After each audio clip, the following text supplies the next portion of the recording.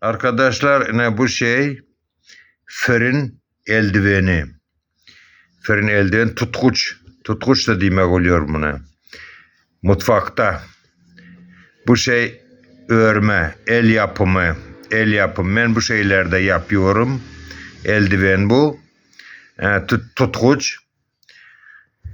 Mutfakta çok güzel. Bunu asıyorsunuz. Bu meyve şeklinde oluyor.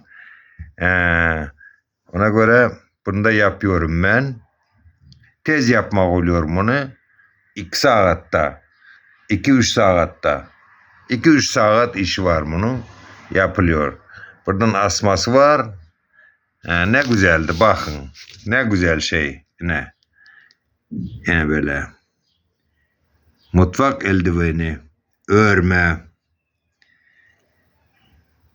Bunu Ahmet Baba fabrikası yapıyor. Ahmet Baba'nın fabrikası en bir güzel fabrika Ankara'da, Türkiye'de. En bir güzel fabrika Ahmet Baba'nın fabrikası.